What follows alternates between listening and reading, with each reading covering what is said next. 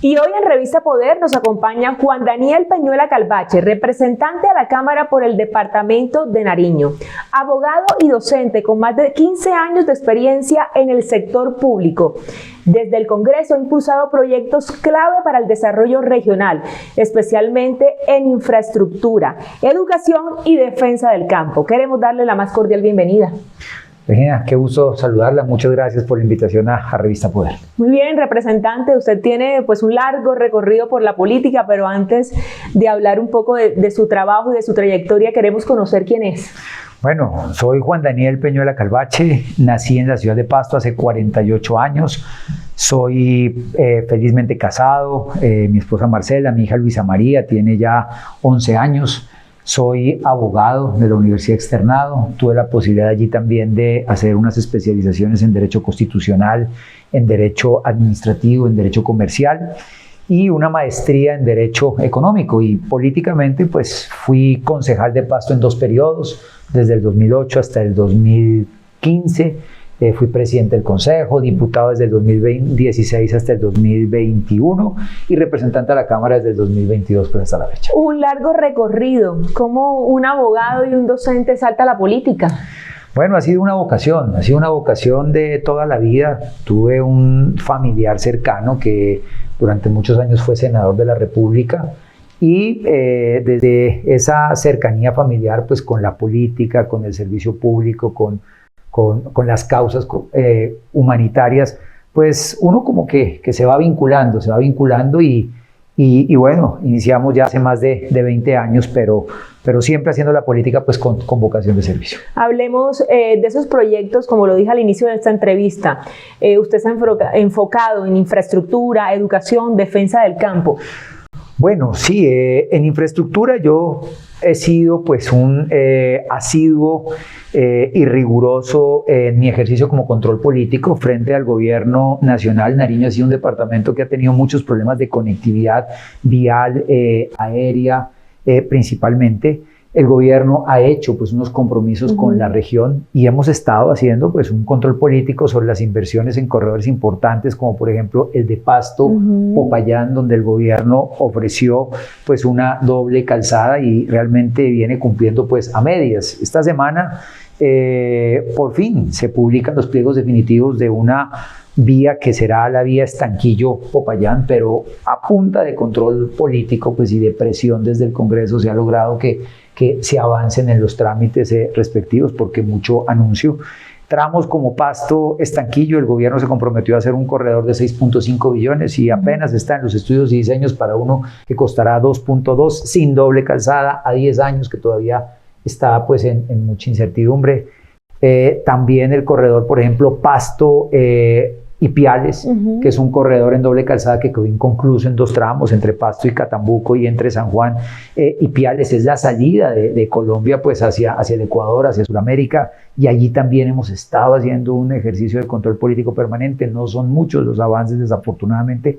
Y otro corredor importantísimo para Nariño, como es el de la terminación de la variante San Francisco-Mocoa, que aunque quede en el Putumayo, pero es una vía de conexión pues, con el interior del país muy importante, pero que allí el gobierno realmente no ha avanzado. Se viene ejecutando, es lo que los gobiernos anteriores dejaron contratando. Entonces allí ha sido más nuestro enfoque en un control político permanente, riguroso, de mucho derecho de petición a las entidades del gobierno, a la ANI, a INVIAS, al Ministerio de Hacienda, Planeación Nacional. Creamos una comisión con varios congresistas de la región para hacer seguimiento a estos proyectos viales y bueno, esa ha sido como nuestra tarea, pero ahí poco a poco se va avanzando. Representante, para nadie es un secreto que el departamento de Nariño ha sido uno de los departamentos más olvidados del país. Hablemos un poco, ya que usted nos menciona el tema del gobierno, de lo que se ha venido trabajando. ¿Qué balance hace usted sobre el actual gobierno del presidente Gustavo Petro? Bueno, Nariño fue un departamento definitivo en la elección del presidente Gustavo Petro. El 80% de quienes votaron lo hicieron por el presidente. Y el presidente siempre en su campaña habló de los vientos del sur. Pero desafortunadamente mucha promesa, mucho anuncio, muy poca inversión de impacto y estructural que realmente uno pueda decir que este gobierno va a dejar en Nariño. a Nariño le ha ido bien en una cantidad de funcionarios que nariñenses que están en el gobierno nacional, pero en inversiones, lo que le decía, los temas de infraestructura muy a medias frente a lo que en infraestructura vial, en lo que se comprometió el gobierno. Lo segundo, en enero del 2024 fue el presidente a una jornada que se llamó Gobierno con el Pueblo, en donde planteó que se formularía y se firmaría un pacto por Nariño que hoy está cuantificado en casi 7 billones de pesos, pero es un proceso que está bloqueado hace 6 meses, que no avanza.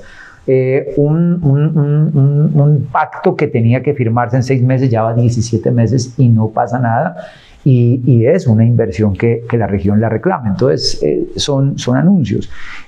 Los temas de infraestructura vial, pues que no se han atendido, problemas muy graves en materia de cultivos ilícitos, la gente no encuentra una posibilidad de sustitución en la costa pacífica, presencia de muchos grupos al margen de la ley, prácticamente todas las estructuras de todos los tipos y de todos los tamaños. Desde la gobernación se viene insistiendo en unos diálogos regionales con estructuras que vienen pues negociando con el gobierno, pero realmente hay mucha incertidumbre porque no hay un marco jurídico para darle solidez a esos procesos de negociación.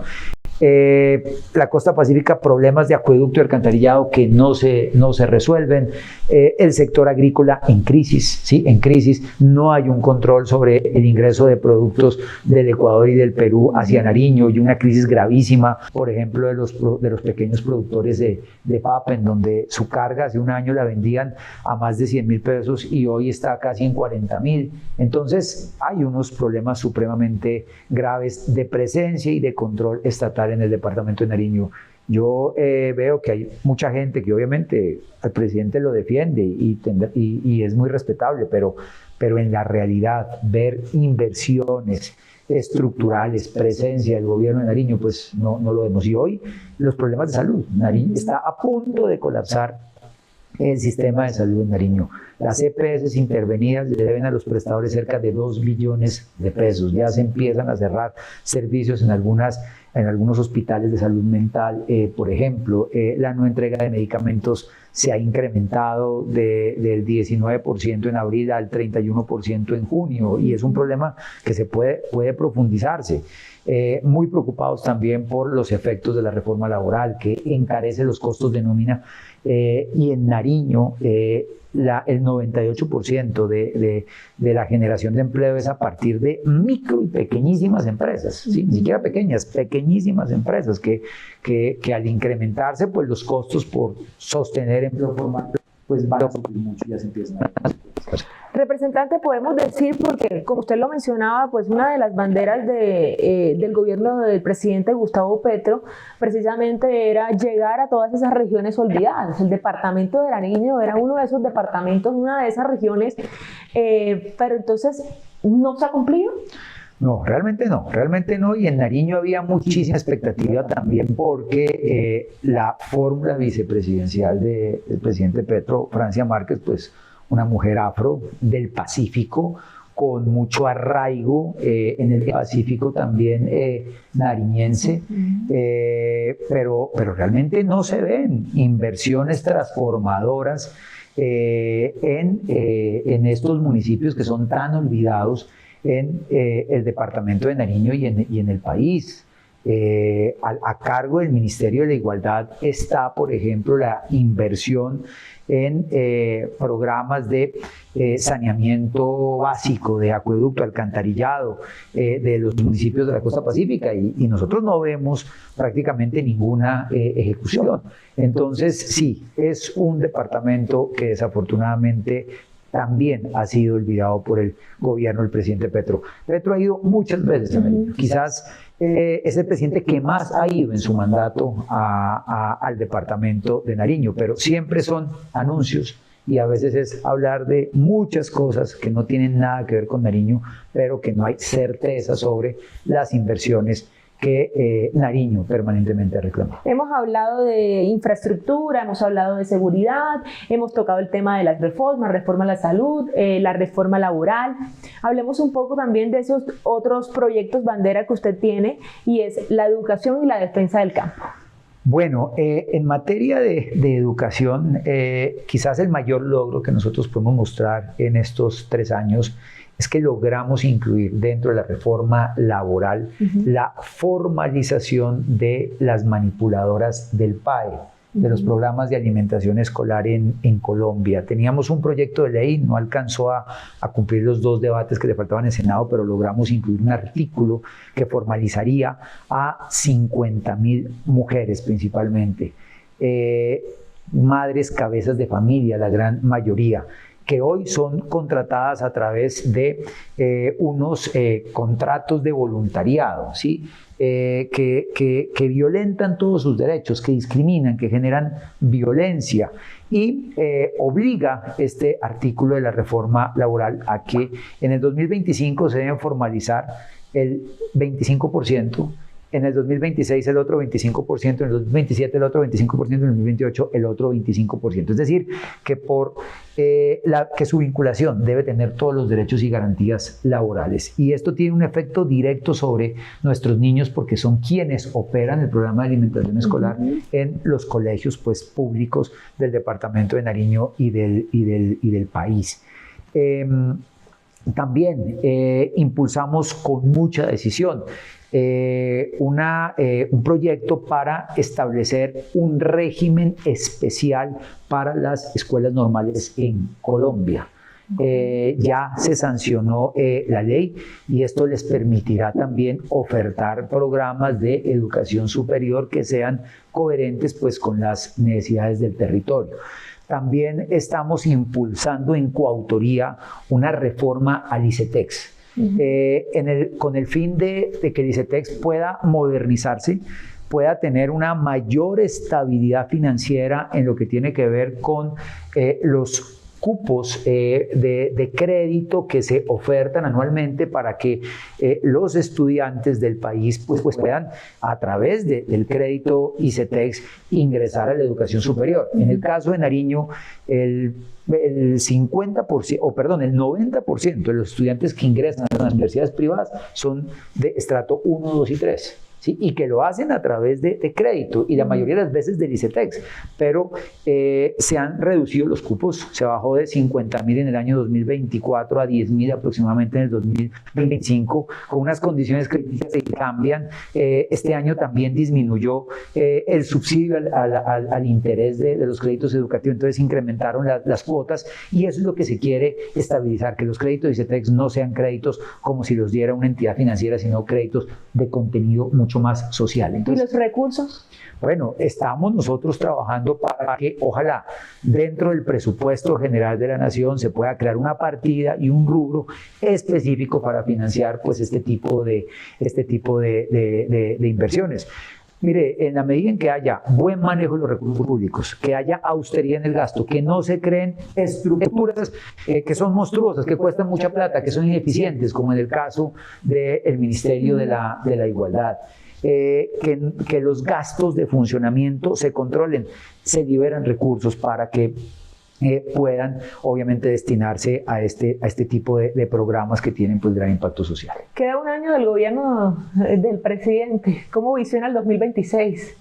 Pues el presidente Petro ya hace mucho tiempo está más haciendo campaña que gobernando. Entonces veo que será un año de mucha inestabilidad de política, de mucha confrontación. Hace pocos días anunció que haría un cambio nuevamente en su gabinete. Creo que ya van cerca de 60 ministros, entonces no sabemos cuántos va a cambiar y cuántas veces, entonces muy seguramente este será el gobierno que impondrá récord en inestabilidad en las distintas carteras ministeriales por los cambios tan permanentes o tan recurrentes.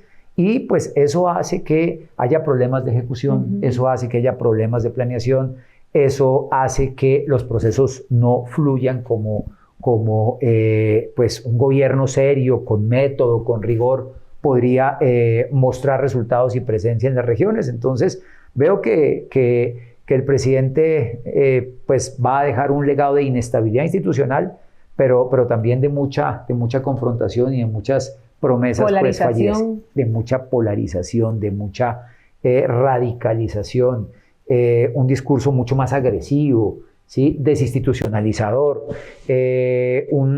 va a buscar cada día mecanismos como en su momento el de la consulta popular, para disfrazarlo de un mecanismo de participación ciudadana, pero realmente lo que estaba buscando el presidente era un caballito de batalla para hacer campaña de manera anticipada con recursos públicos y para distraer la atención de la ciudadanía de los diferentes problemas que tiene el país que el presidente no ha podido solucionar, pues en un mecanismo pues para activar sus bases frente a los procesos electorales. Pero un gobierno que va a quedar muy maltrecho, grave lo del sistema de salud, en donde se van a destruir muchísimos empleos por lo de la reforma laboral. Un gobierno que va a quedar casi en estado de una emergencia económica por haber suspendido el cumplimiento de la regla fiscal, es decir, un endeudamiento sin límite, y ese endeudamiento o esa inversión destinada pues para la campaña política, para incrementar sin rigor pues los gastos de funcionamiento, y el país va a quedar pues en una situación que no va a ser fácil, y ante todo con esa confrontación pues con las otras ramas del poder público, pues esto va a quedar vemos un 2026 de mucha agresividad y de mucha confrontación política. ¿Balance poco esperanzador? Desafortunadamente sí, porque la gente votó por un cambio, aunque no acompañamos nosotros la propuesta del presidente Petro, pero uno respeta las decisiones democráticas que tomó la ciudadanía, pero el cambio no se ve, el país ha retrocedido. Hoy, en materia de orden público, nos devolvimos 10, 15 años, y no es más. En materia de salud, estamos muy mal, ¿sí? Hoy, esas crisis en la entrega de medicamentos, de acceso a los servicios, no lo habíamos visto hace mucho tiempo. La política internacional se ha manejado muy mal también. Entonces pienso que el país, el gobierno ha incumplido sus promesas con los estudiantes, con las regiones, ha disminuido las capacidades de la fuerza pública, ha desincentivado la inversión en Colombia, ha generado mucha confrontación y desinstitucionalización. Entonces pienso que se ha retrocedido. Muy bien, hablemos entonces ahora ya de usted. ¿Cuáles son esos planes que tiene a corto, mediano y largo plazo? Bueno, primero, pues terminar este año, este periodo en la Cámara de Representantes, pues haciendo un ejercicio legislativo responsable. He sido una persona que los proyectos de ley, incluso los del gobierno, en los que los he visto bien estructurados, pues los he apoyado, otros los he cuestionado y no los he votado, no me he dejado llevar por la narrativa, ¿sí? Es lo primero, es un ejercicio legislativo responsable. Lo segundo, seguiré pues defendiendo los intereses de Nariño, seguiré reclamando por Nariño cuando vea que el gobierno nacional pues en sus compromisos pues no avanza. Seguiremos defendiendo pues la institucionalidad de este país, ¿sí? Son varias las acciones judiciales que hemos presentado, por ejemplo, contra la consulta popular ante el Consejo de Estado, porque hay unos excesos presidenciales en el decreto que en su momento presentó. También tenemos demandado el decreto con el que adelanta el cobro de la renta del 26 al 25 y que afecta al sector empresarial. Entonces, seguiremos haciendo pues ese ejercicio desde lo legislativo, desde el control político, desde la activación de las acciones judiciales, y bueno, vamos a volver a aspirar a la Cámara de Representantes. Muy bien, para finalizar, tenemos una pregunta alusiva a nuestro nombre de la revista. ¿Cuál es su poder? Mi poder es la coherencia, la seriedad, la disciplina, la política siempre con vocación de servicio. Representante de la Cámara, Juan Daniel Peñuela Calvache, ha sido un placer tenerlo con nosotros el día de hoy. No, muchas gracias también. Para mí un placer haber recibido esta invitación y poder contar un poco del trabajo que hacemos desde el Congreso de Colombia. Esperamos prontamente su visita. Bueno, aquí estaré cada vez que me convoquen. Muchas gracias. A ustedes también muchísimas gracias por habernos acompañado.